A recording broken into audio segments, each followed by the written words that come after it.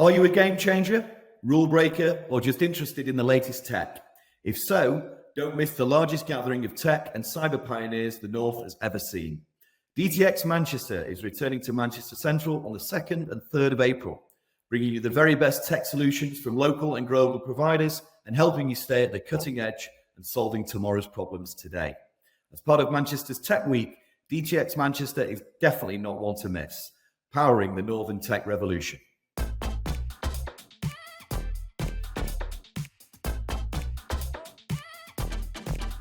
This is the Secure Cyber Connect podcast with Jay Adamson and Warren Atkinson, where we're joined by information cybersecurity, technology, and talent acquisition professionals. We share our journeys, unique perspectives, and offer advice and guidance. Our topics on this episode will be the human factor within information security and social engineering in the AI era. Today, we're excited to be joined by Bennet Morka. With over a decade within the security sector, Bennet is an information security specialist, passionate about helping early career professionals navigating information security. Supporting organisations to build strong security cultures, his experience includes working for Mott MacDonald, developing, implementing security awareness programs, driving cultural change and ensuring compliance with standards such as ISO 27001, GDPR, DPA and Cyber Essentials Plus. With expertise in risk management, security governance and incident response, he makes security practical, accessible and people-focused. A chartered IT professional, certifications such as CISSP and ISO 27001 lead implementer, Bennet believes that good security starts with clear communication and collaboration. He's currently focused on AI risks and how security teams can guide safe adoption. Bennet, welcome to the Secure Cyber Connect podcast and thank you for joining us today. Thank you very much, Warren. Thank you, Jay. I'm glad to be here and I look forward to a very interesting discussion. Now, we're really looking forward to it too. And for our audience, could you start by giving a high-level review of some of the topics and themes that we're going to be exploring today? I'll put it very broad and high level. One is the information security culture importance in organizations and security in the modern age. That's what I look at it as. And also, a bit of flavor with early career development, right? To ensure that the younger generation, the new crops of IT professionals, security professionals are, getting the right track, because once you get it from the little start, you can easily, metamorphose into a giant basically in the industry. That's what it is. No, that's brilliant. Looking forward to that. We always start things off by asking our guests to perhaps share us something that they're most excited about that isn't in the LinkedIn. Okay, well, I think it's on my LinkedIn, but it's just not as prominent as my information security journey. Yes, I am an FA in the US, registered commercial helicopter pilot, and an instrument rated one at that. So I fly without looking out the windows, basically. So yeah, I used to fly offshore. Spicy, And yeah, exactly. absolutely. So yeah, that's what I think is the moment I'm proud of, and right now, most likely after settling down, fly for as a hobby or something. And look, getting into it, we're obviously talking about the human factor, and it's often said that the human factor is the weakest link in cybersecurity. So it's always a crucial topic for discussion. Why is the human factor considered the biggest risk within cyber? So I'm an optimist at first. So generally, I tend to correct that notion. I used to have that before, but from experience, I've noticed that it's not humans humans are not the weakest link. I don't take them as that. I say this way: humans are the most critical link in information security, any security at all. And while we're on this subject, I would like to have that little bit of separation, because people tend to use information security and cybersecurity interchangeably, right? And we need to understand that cybersecurity is more of protecting digital assets and electronic assets or information or data or something like that in that area. But information security is like a superset that protects all data, both electronic, paper, even data in your head, basically, what that's not really written down, right? So that's the subset. So generally, I would say humans are the critical link in information security, which covers cybersecurity. And why is that? Because they play a major role in implementing. Get the best tech, spend $20 million on the tech. humans can undermine that tech in a second, right? You see things going offline sometimes, which of course is impact on availability. And of course, you can see people, leaking data intentionally or unintentionally, no matter the tech you have, right? And so, that is why I will say humans are critical when it comes to information security, not just, a last mile player kind of thing. They should be involved from the get go. And look, we know cyber awareness is becoming more and more prevalent, more and more crucial. And thankfully, more companies are investing in this, and it's long overdue. Why is it, though, do you think that a lot, if not most, traditional security awareness programs tend to fail? So with this, I listed it as three areas because this is one of my areas that I venture in. Like I said, I'm trying to get security culture improved in organizations. One, which is the biggest and the most important factor, is the leadership example. I'll call it that way. Without leaders, leading the charge, right? You find out that the followers be like, "Ah, I mean, what's the point, right?" And no matter the trainings that you have there, you see, for example, if I mean, I did this little bit of survey some time ago and found out that most CEOs themselves don't even complete their infosec trainings, right? So, what do you want to tell is the senior managers who don't have the training done, right? And what do you want to tell the managers who report to the senior managers when they don't have their training done? What do you want to tell the next level of seniors or whatever who haven't had their training done? What do you want to tell? So it's like it's cascades all the way down, right? And but then I've seen organizations in part of my survey where the CEO done the training, report comes out in a month. This person, your senior manager, hasn't done the training. He writes an email. Boom, boom, boom, boom. Training must be done by this time. Everybody complies, right? But that cannot be done if you yourself haven't even done your training, right? Or you don't see the need for it. And so the first step is leadership commitment. And without that, it's just going to fail. Secondly, I call it the social contract. I did a thesis in my master's program on this, right? Where information security tied with social contract is quite important. You look at infosec as people look at, okay, because of cybersecurity is looked at as an IT thing, right? But then again, you find out that when they look at it as an IT thing, they tend to not have a horse in the race. Basically, I'm like, I don't care, whatever I want to do is IT stuff to work on. But when you look at it as information security, you have an information you want to protect. There has to be that buy-in from the user. There has to be that buy-in, right? And that social contract in the sense of that ownership, that responsibility, that you have to build that. And that doesn't happen in a day. That happens with conscious effort. That happens with constant reminders. That happens with constant relations. That happens with going into the crowd, discussing casually about it, building that subconscious, responsibility of security. And that's the second thing. That's why it fails, because people don't do that. They just dish out every year infosec trainings and they think that's enough. The last one, which now covers the use of champions, which I wrote down. There has to be a different level of a way of training. It's gone are the days when you just put up trainings and fix it up there and that's it, right? Now you have to use champions. You have to use your infosec training now have to be more relevant, right? You can't be putting up infosec trainings of 10-page documents and expect everyone to read the trainings and that's it. No, you have to include videos. You have to include some little bit of cues that help users remember, little things, something as simple as infosec classifications or document classifications. What kind of information am I dealing with? Those things are the trainings that you should start involving and using champions in each team, in each group, in each area, in each region. It depends on how your company is split. Have champions in there that people can always, hey, what do you think about this? Because I've seen that as very effective. And it is a classic age-old adage of leading by example, without a doubt. Just going into in a bit more granular in terms of individuals using passwords and two-factor authentication, there's still a lot of general apathy and laziness. Why is it, that employees and people in general really still use weak, suboptimal passwords, despite sort of being told repeatedly again and again, about the dangers and warnings that come with this. Yep. So I tell people this. I be like, you don't get people tend to, I think humans generally tend to want to experience something before they know it, right? You tell someone, oh, don't go that way. That place, there's a lot of, there's that there are folks fighting. Don't go that way. Oh, let me see if they are really fighting. Let me see if I mean, just go the other way, right? But it's the same thing in security, right? When you tell people use password, nah, I don't care, whatever it is. But guess what? The day they experience a breach, the day they experience their password, their social media accounts being locked, the day they experience a loss of, financial loss, they take it seriously. Oh, what do I need to do? I'm like, you don't need to get to that point before you do it, right?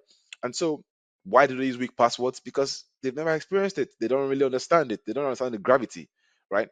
But at the end of the day, and that's for me, people in my circle know very well. I am very big on, you can't do that around me. No, not around me. No, so if we have more of that around each circle of influence, I believe that people will get more understanding of what they need to do, basically. Yeah, absolutely. And in terms of multi-factor authentication, MFA methods, if you will, and yeah, look at 2FA as a primary example. Are they still as effective already? Even now. So I think people need to understand, because I think one of my very good mentors, Mas Moreau of Lake Memory, he said something. When a thing is not known, abuse is when the definition of a thing is not known, abuse is inevitable, right? When you don't understand what 2FA is, when you just hear 2FA and it's the thing to think, oh, I need to do this, right? I've seen someone come to me telling me that 2FA, he has 2FA, and oh, really? That's nice. I'm happy for you. So how do you use your 2FA? I have a password, I have a PIN. I'm like, nope, that's still one factor, right? It's called factor of authentication for a reason. What you know, what you have, and also who you are. Those are the three factors. Your passwords or your authentication has to pass through at least two of those three factors. Three of them, if better, right? If more secure. But at least two of those factors must pass through. So have a PIN, have a password. That's what you know. Have a mobile phone that does an authentication for you, or a secure key or something. That's what you have. Know or who you are, your retinal biometric scan, fingerprint, and all that. That's who you are. Any of those factors combination is what we call a 2FA. And so, is it effective? Yes, it is. And I would go on with my talk anyways on the effectiveness of this, because I know that many security organizations are moving off from the basic text and voice based authentication method of OTPs, basically, including Microsoft. And I suppose that begs the question, what does the future of authentication, actually look like? Do you think we'll ever get rid of passwords completely? Well, I'm an optimist, and yes, password will be a thing of the past. And you're looking at passkeys right now. Everyone is using passkeys, software passkeys, YubiKeys. I mentioned YubiKeys earlier.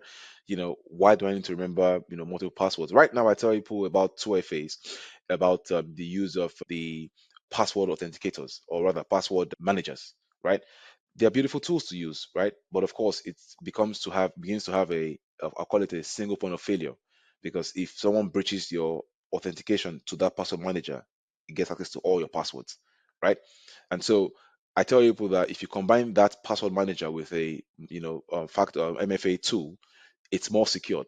But the way the future is going is into passwordless. Basically, I log in with biometrics and then my PIN or authenticator or something, and I don't need to know any password. In fact, to be fair, I think that also now brings me to the point of where people now forget their passwords because they don't use passwords anymore, right?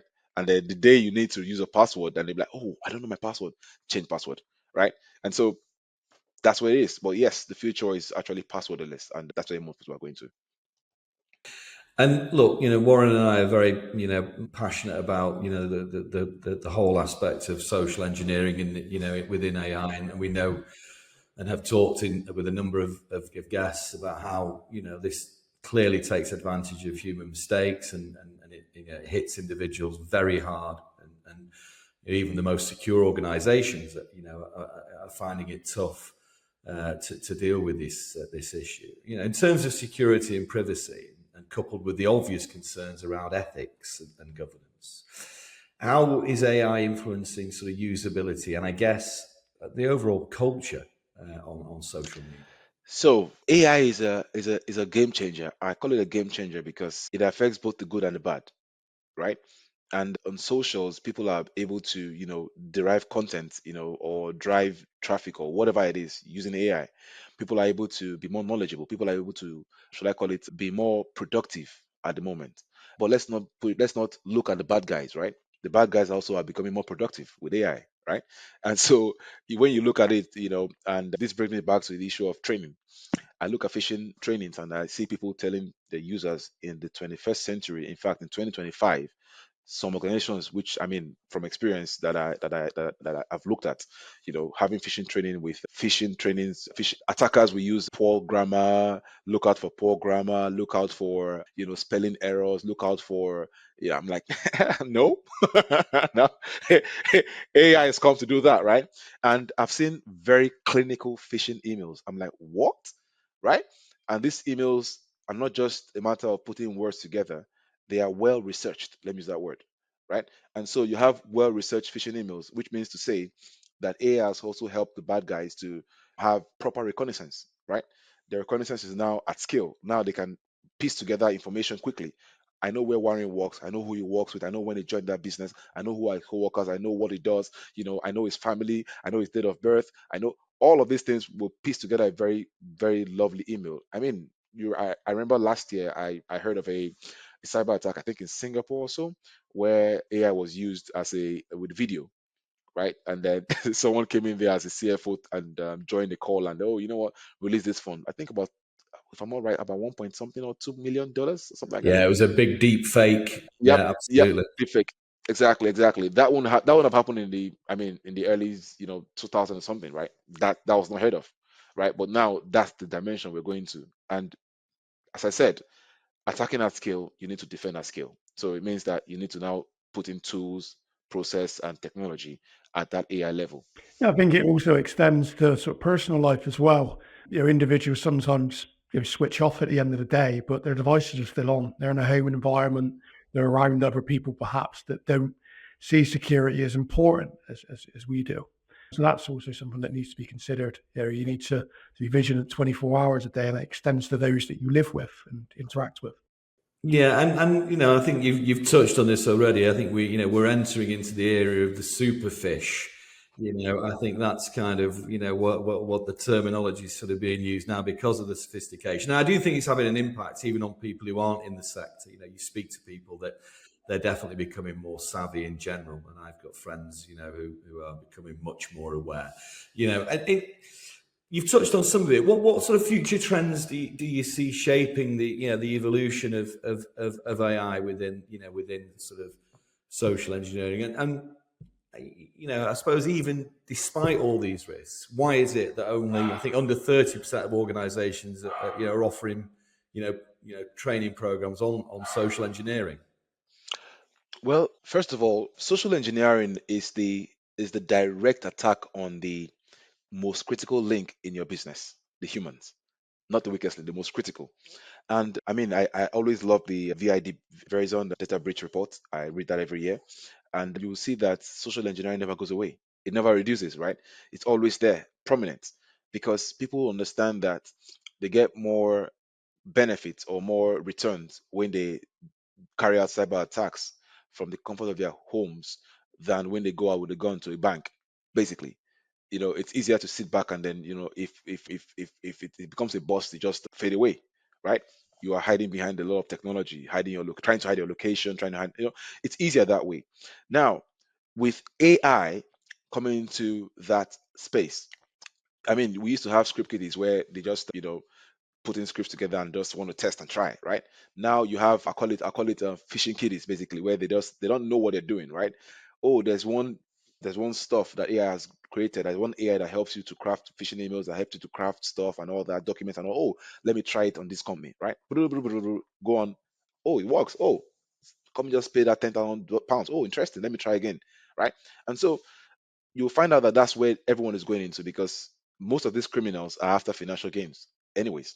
And so because of that, they are looking for the easiest commitment, easiest, the lowest level of, input to get the highest level of return.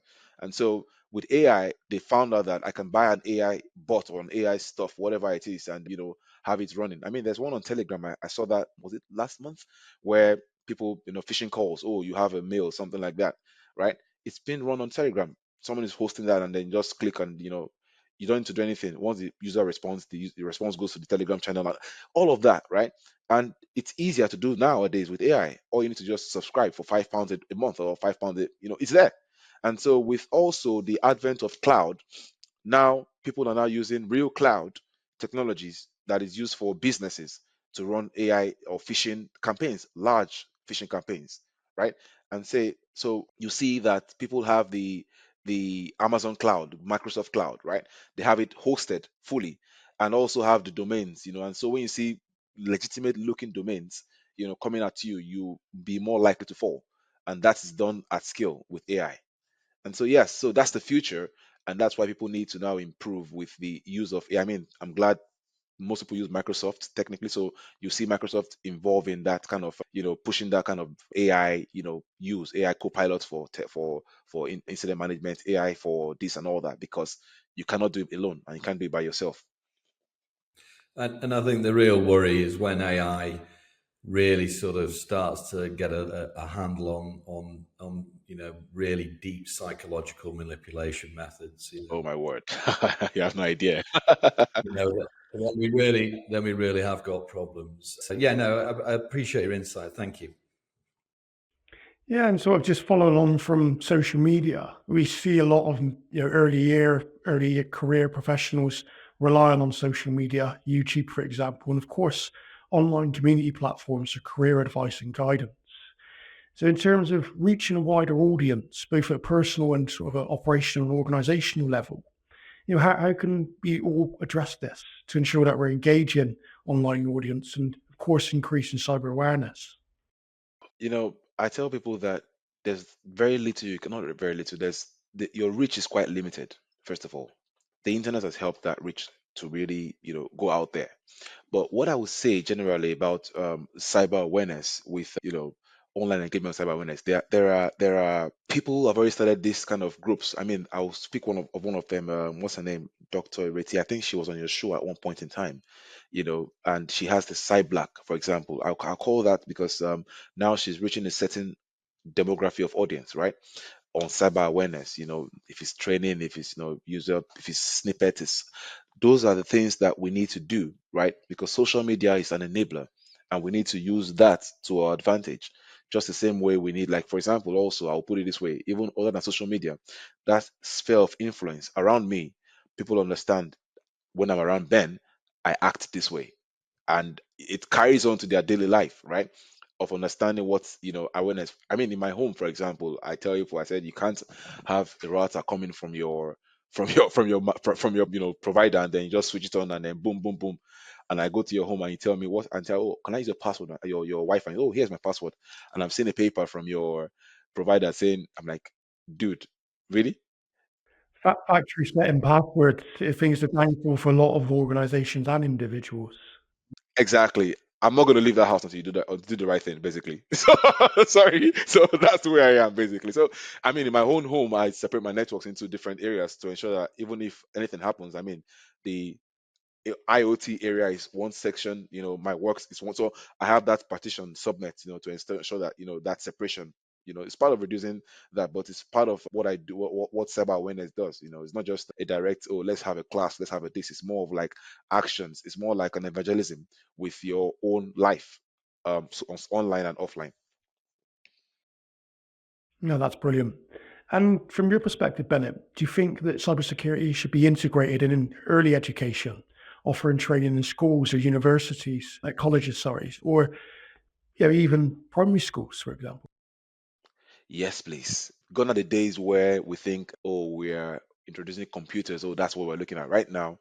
You know, cyber is on the very, I mean, let me build a small scenario for you, right? For example, because I keep saying this cybersecurity, I would like to make it information security because that's the superset.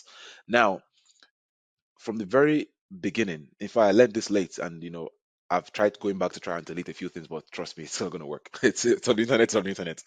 If we have the training from the little primary education and all that level, people will understand that the future is the gold of the future is data, right? The gold of the future is data. Data is where the war will happen. Data is key right now in the AI era. Data is the gold. If you can have data, you can use that to your advantage, right? And if you actually have that introduction from from primary level and all that, children and the younger ones will understand how to, shall I call it, release that data.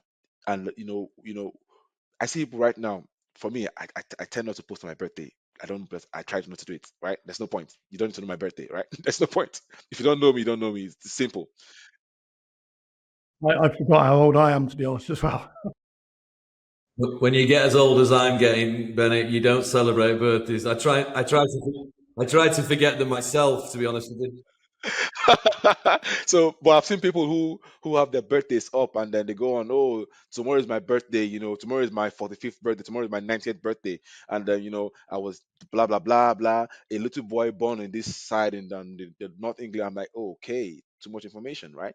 Because that information is part of what attackers will scrape off and build your identity and make you that. I've seen people also go out, they are, oh, I'm it's good. I mean, people travel and use that, but then people then see where you are, your locations, these things like that. People have leaked their house address, people have leaked their card numbers. I've seen that happen, you know just because of posting on social media. I'm like, okay, if you actually understand it from the little steps in primary education, you will be more conscious when doing stuff like that. It's just going to be built into you. I'll take, for example, the little children right now on the road. As they grow older, they understand sometimes danger. I mean, my younger one, I have a five, a little one, 5, 6 years old, and she's quite, okay. She doesn't cross the road, for example, because I've trained her right from that nursery time. When you're looking at the road, let's see how you cross. Look left, look right. She doesn't just walk into the road. And it's been enshrined in her, as she grew older, that I don't cross without looking and crossing, right? If you do that same thing for younger ones when it comes to security, cybersecurity awareness, it doesn't have to be the technical part. It doesn't have to be the whole shebang of, oh, this is how you do it. No, no, no. Simple data consciousness. Be conscious of your data, be conscious of what you do, be conscious of this. These are the ways attackers are coming to you. Be aware. Little ways, and you'll find out that in 5, 6, 7, 10 years, they grow with that consciousness, and they become champions themselves. Because, like I said, if you can invade the mind, you would basically make whatever what you can drive your I call it your theory around the way attackers do. I mean, sadly, I hear about grooming gangs and all that. It's a very sad tale, right? But what happens is that it's the way it consciously builds your mindset. If we do that same conscious building of mindset, we'll have secured professionals and we'll also have secured environment, because now it's going to be harder for attackers. Of course, I can't give it away from them and say there will always be improvements. Attackers will always love to go further and make it one more step, but guess what? We are better secured. I certainly agree with you there, and I think it's a double-edged sword as well. There's the benefit Yep. to the parents, Yep. Exactly. that are busy, perhaps don't have exposure to security awareness, Yep. cyber awareness, manual Yep. workers, for Yep. instance. And if their children are getting that culture ingrained in them, the education system from an early Yep. age, they can take that home with them, and then those, those are, excuse me, sorry, those actions and the way that the child works when it comes to being secure in the digital Yep. world is going to rub off on the parents or even the Definitely. grandparents. Yep. Definitely. And look, moving on from that, how do we break the myth that cybersecurity is too technical? Because it's cybersecurity. Because when someone hears cyber, they think of cyborg, cyborg, the superhero, and then, oh, it's technical, it's technical. That's why I moved from cyber to information security. If we start preaching information security, it's basic: protecting your information, protecting information that is in your care, protecting information that you control, that you process. That is information security. People say it's too technical, but they forget, like I mentioned, the world is global, it's getting more digital, right? More information in digital space than, well, not now, but I mean in the future it's going to be that way. There'll be more information in digital space than there is in paper form or whatever it is, right? And so why do people think it's technical? It's because of that word cyber. Oh, cyber is looking at, oh, boom, it's a very huge thing. But we need to understand that cybersecurity or information security in this sense is just simply protecting whatever information. If you don't want that information out there, if you don't want it in an unauthorized or a wrong hand, secure it. Simple. Yeah, there's a lot of different career routes in the wider information and wider cybersecurity remit that individuals can go down. I often speak to university leavers, for instance, or those that are perhaps struggling to secure a new role to consider sort of the go-to market space, revenue generating roles, customer success management, account management, sales. You can really excel in those roles if you've got a deep technical understanding. And if you're struggling to get a job, get in with a business, take up on these revenue generating roles, and then sidestep into another area of the business when the opportunity arises. And on the technical side of things, your cyber incident management, for example, what are the key skills that are needed to succeed in that sort of role, and how can professionals develop those skills to ensure that they're relevant moving forward, especially obviously with tools coming out that are AI powered? So, firstly, I'll tell those who want to be in cyber about incident management. First thing is you need to understand the fundamentals. The fundamentals cannot be overstated. What do I mean fundamentals? What's a PC? What is a RAM? How the components work together? Software. Networks. Without understanding that basics, I would be sincere with you. It's going to be difficult to, I'll call it, succeed in the incident management or the response area, because what are you really responding to? If I attack your network with a denial of service, for example, what do you know what I'm doing? Why am I not why am I lacking availability? Do you know that? Not because of you read it in a book that says DOS is denial of service. So you go on and say, okay, there's no network. Oh, let's try and plug. No, you need to understand what I'm attacking. And so if you don't understand that fundamental, it's going to be difficult to, I'll call it, excel in that field, right? And the first thing is this: I tell you, and that's why certifications are there. There's a lot of certifications for people, right? At different levels. I tell people, especially those around me, also certifications. The aim of certifications for me isn't to be certified, right? It's to learning.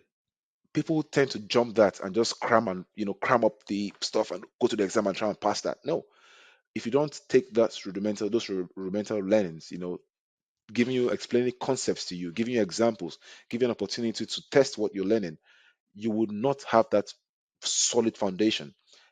I will just mention, for example, A plus, right? And from zero, you know nothing about technology. You go in there.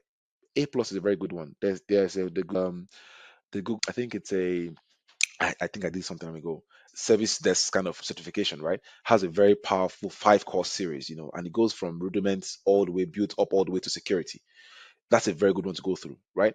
Once you have that basic foundation, then when it comes to incident management, you play back what you understand and solve issues faster rather than having a guesswork at it. Because guess what? In security, time is money. Time is important. And so the faster you respond, or the faster you keep the incident in a checked area, the better for you, basically. Yeah, there are solutions out there that can help individuals get that practical experience. One of our other partners most recently launched a cyber simulator, for instance, which generates unique scenarios in real world environments with brands attached to them.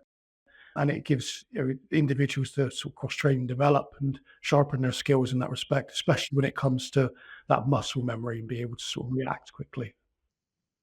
I mean, Try Hack Me is a good one that everyone tries to do. Try Hack Me and a few of them, just have that experience. And something also, you find out that a lot of these cloud platforms now have free labs, like we call it that way, right? Where you can have a lab for a while. I mean, go on there and I call it this way: press control spoil, right? I call it control spoil. Do what you need to. You can't break the system, right? Go on and destroy that system, whatever you need to do. But that is the way to learn. Don't come to the real world and break up someone's life life production. No, it's really important to be in a safe environment. And just talk a bit more about your journey into cyber. Yeah. How did your broad domain experience contribute to your success in cyber, Bennett? And what advice would you give those that are pursuing a similar path, perhaps? Okay, so my approach is quite multifaceted, right? So I have an electronic and electrical engineering background, right? And I I got that quite well. Used that. I mean, in school, my mind was, oh, I'm an electrical engineer, right? And then I branched off into telecoms. I'm also a certified fiber optic technician. I install the dense wavelength division multiplexing for telecom equipment.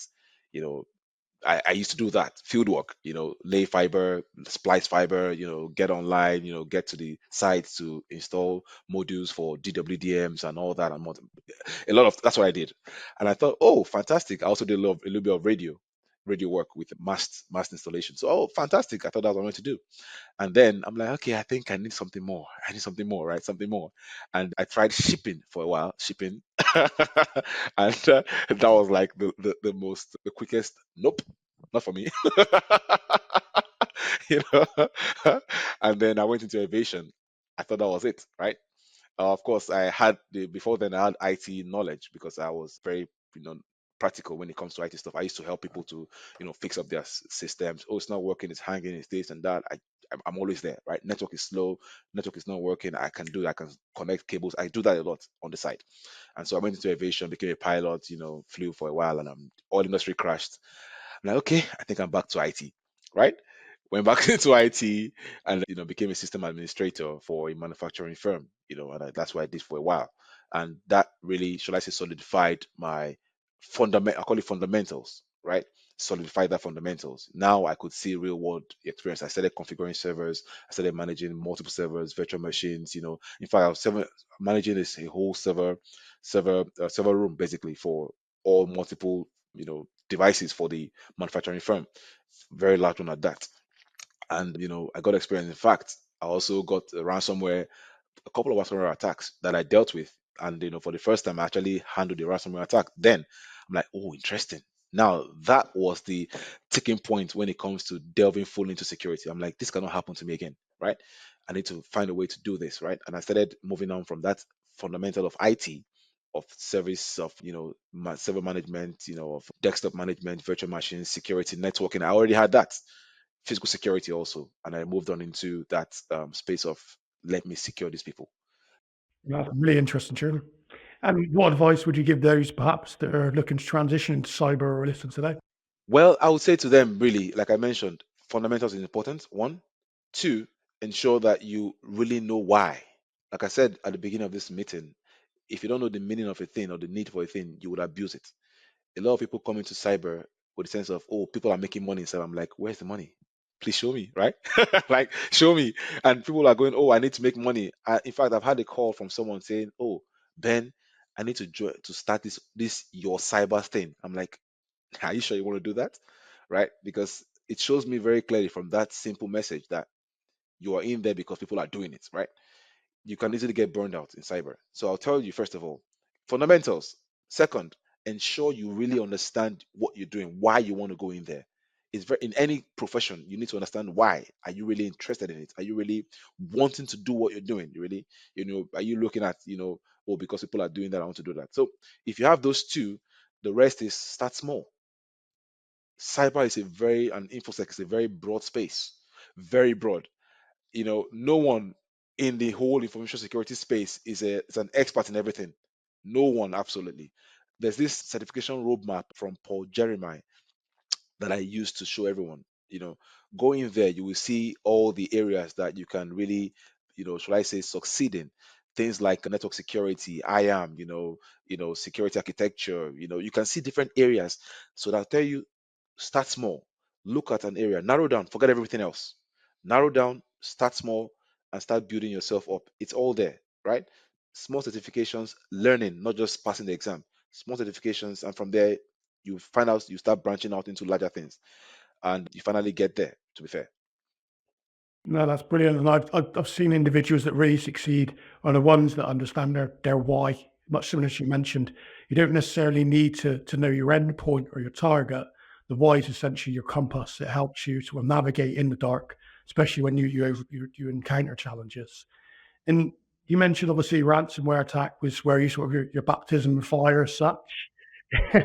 Incident response security is something that we spoke about with a number of our guests, and we appreciate that organizations that have got a well-defined incident management strategy and process reduce the incident management time by 40 to 50%. And of course, time is critical here.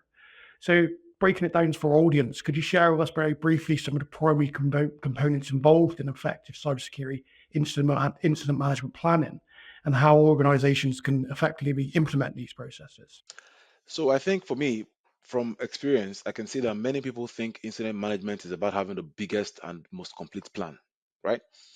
I, I, I always say this. In fact, most of my people I've worked with know this. I say start with a stupid document, right? Start with a document that doesn't make any sense. Start with something that is, from a point of view, because at the end of every incident response plan, there should be a point where you cycle back into improvement. That is learning. And that is why I think most people miss it at. They don't cycle back into improvement. So prepare yourself, get yourself ready. You understand, of course, you need professionals, or at least people who know what they're doing. Get yourself ready to respond in three areas: people, process, technology. If you have those three areas sorted out, you find out that you actually are at a large level prepared. Now you need to find a way to identify. How do I identify threats? How do I identify when an incident has happened? How do I identify when something is off? Right? You need to have that in place. You need to also understand how to contain this incident when it does occur. That is the first thing, because of course you don't want things to spread out. I've seen people who have active ransomware on their device, and they're going around, hey, I think this is a ransomware. You are connected to the network and you're going around like, no one is saying that. And you find out that before you know it, from one system it goes into five, it goes into your main drive, it goes into your server, and then it goes wide, right? Contain is very important. That step is a very important step, to contain that, to ensure that that's not spreading out. Then you start looking at eradicating. Most people do a mistake, which is when they identify a problem, the next step is start eradicating. They skip contain because they are having a knee-jerk approach to cyber incidents. And of course, this goes back to step one: prepare yourself. Have that plan first of all. So when you skip a contain part of the incident plan, you miss out. You start attacking the symptoms without attacking the real root cause of this attack. The next step after eradicating is recover, which means go back to where things were, right? And all that. And the final part, which people miss the most, which I mentioned earlier, is the learning part. What have we learned? You need to draw up stable and say, you know what? This is what we learned. Did we attack this the right way? Yes, we did, but we missed out a few steps. Oh, fantastic. Jot down a note. Oh, what happened? How did it come into place? What's the root cause? Root cause was careless, use something like that. Oh, fine, that's put it down. Why did it happen? How could we have done it better? We could have done it better this way. Oh, where did we lapse in our technology part of it? Oh, this process. Oh, we didn't have a process that helped accountants, for example, approve payments, and so the phishing attack, was able to, just make a call and get payments approved. Oh, we need to improve process. Now take that back in, make the changes in your system, and take it back into your plan. Now you're back to square one. Prepare. Now you're prepared. Now you're better prepared for the next attack. If Because the truth is, it's not a matter of if I will get attacked. It's a matter of when. If you have that understanding, you would always be on guard. No, I appreciate you sharing, and you've obviously highlighted some of the challenges and solutions there, so really appreciate that. And how important is diversity within cybersecurity teams in terms of enhancing problem solving and decision making abilities, especially during cyber attacks, for example? So I would put it this way: when it comes to information security and cyber security, it doesn't care. There's no care in the world about what you are, who you are, whatever it is. It doesn't care. A security incident is a security incident, right? So you need to understand. For me, I would take diversity from the angle of skills and experience, right? That is the point where I'll look at diversity. You need a diverse team to handle that, not on the fact of who you are or what you know, experience and skills. Because when you have, like I mentioned earlier, when we're talking about the skills, no security professional is an all in all. No one can claim they're professionals in everything security, right? There will always be someone who is more knowledgeable than you in that field. You need to understand and admit that first, which means you need to lean on other professionals to get things done and get things done faster. I'll give an example. A ransomware attack came in, right? I am a networks person. I'm fully networks. I understand networks back to front. Fantastic. I check my switches, do everything I need to do, and all that. Guess what I need also? I need a forensics expert. I need someone to go in there and see, okay, you know what? Let's check what happened. Let's, seal that system. Let's understand what happened. Let's see the timelines and all that. I also need someone as a desktop engineer to rebuild my system, for example. I need someone who is a training expert, infosec training expert, to help me to train users. I need someone who is also a process expert or an ally or has a process minded field, right? To be able to drive process to ensure that this doesn't happen again. All of this, you need a proper cybersecurity person to put more controls in place to ensure that this. So all of this work together, and that for me is diversity, not necessarily who you are, but what you know, your skill, your experience. Have a diverse team, and you actually solve at least 90% of your problems easily. Oh, that's brilliant. And you mentioned obviously sharing and community there. How important are events such as DTX Manchester or even DTX London to help foster community networking across your important topics and of course your advancing the technology and cybersecurity space? It's quite important, very important, very important. Right. So I used to be of the thought that, oh, fine, I just need to discuss with my folks around me and all that. I mean, years back. But I found out that if you keep discussing with the people around you, you'll just be, I call it the big fish in a small pond, right? When you go to the ocean, you know you are a very tiny fish. Let me use that word, right? And so it's easy to do that and get yourself. I call it's a mirage that you would build around ourselves, right? Where we are the go-to, we are the alpha, we are the you're around your team, around your circle, you are the person to everyone. But when you go to events like GTX, for example, and the other ones I also attend online and physically, you'll find out that there are other experts. And guess what? You need to be humble, right? To learn from them. Because to be fair, like I mentioned, if you don't have the mindset of collaboration, you are going to fail. You need to know and understand and accept and admit you need to collaborate with everyone in the industry. When I go into areas like that, you'll find out that people bring out their own experience. I handle the ransomware attack differently. Someone else might handle differently. You see someone who has told you that once the ransom note came, he paid and moved on with his life, right? That's another way of handling it, right? But without that understanding, you will not have the, I call it the metal, the steel you need for the next attack. Now I can understand people's experiences from different diverse views, right?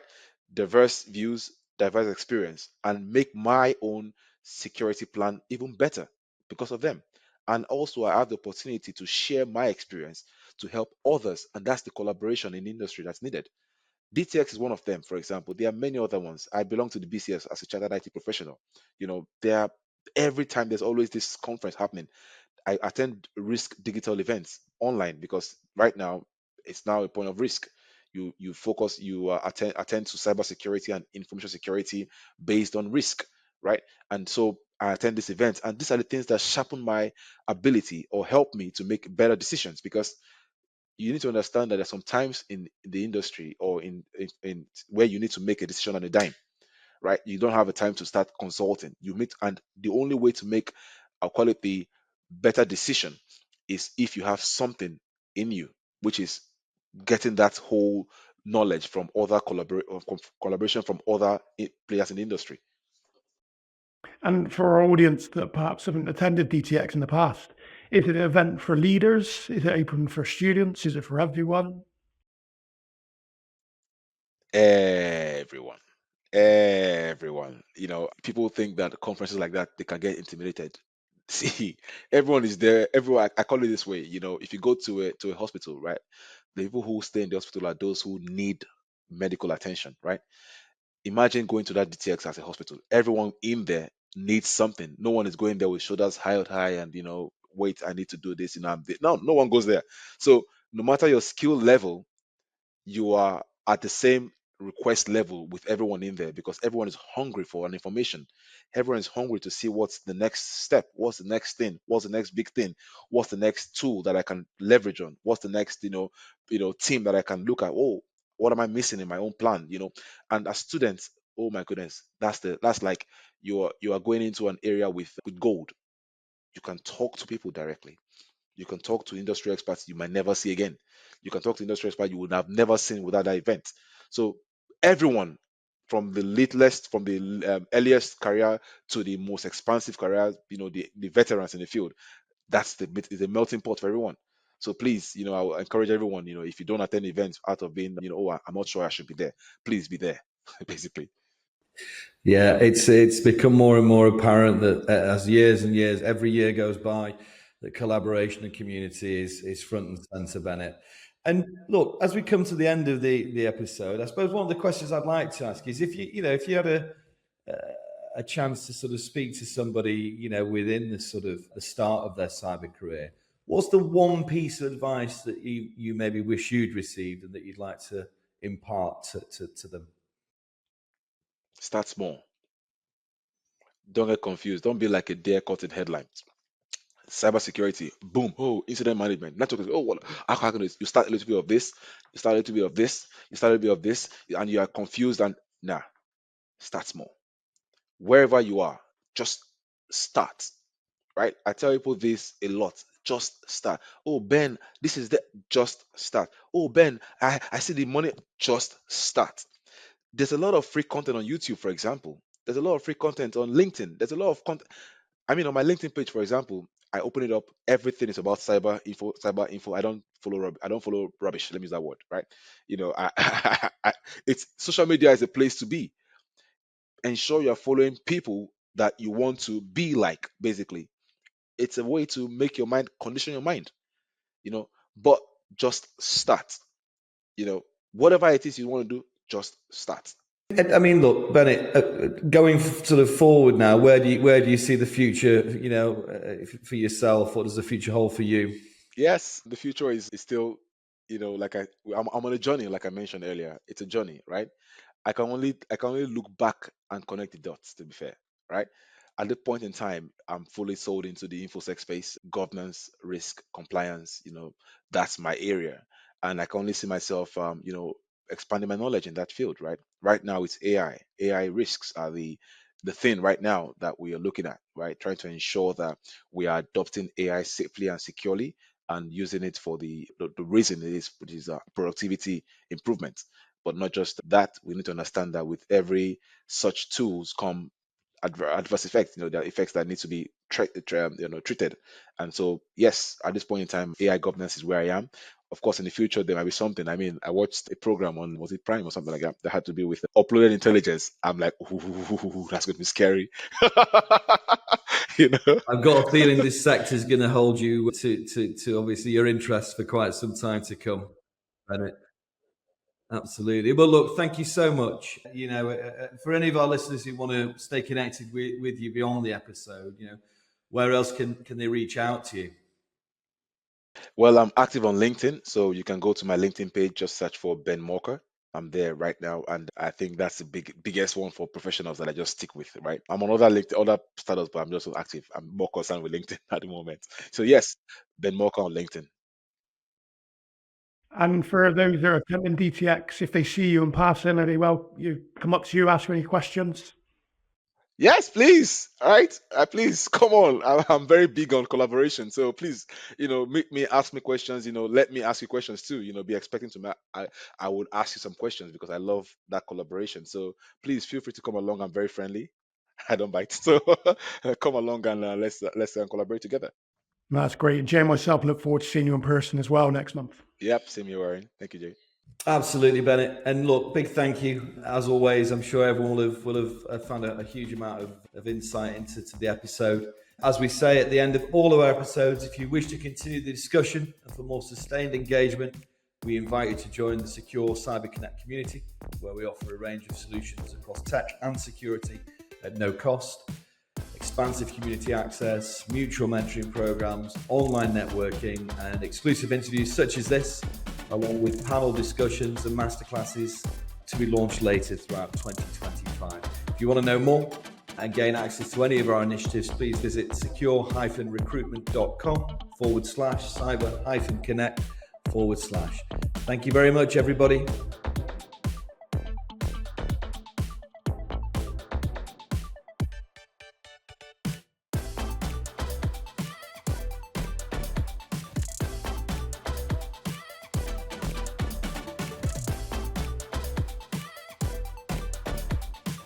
The Secure Cyber Connect community invite you to join us at DTX Manchester on the 2nd and 3rd of April. We look forward to seeing you there.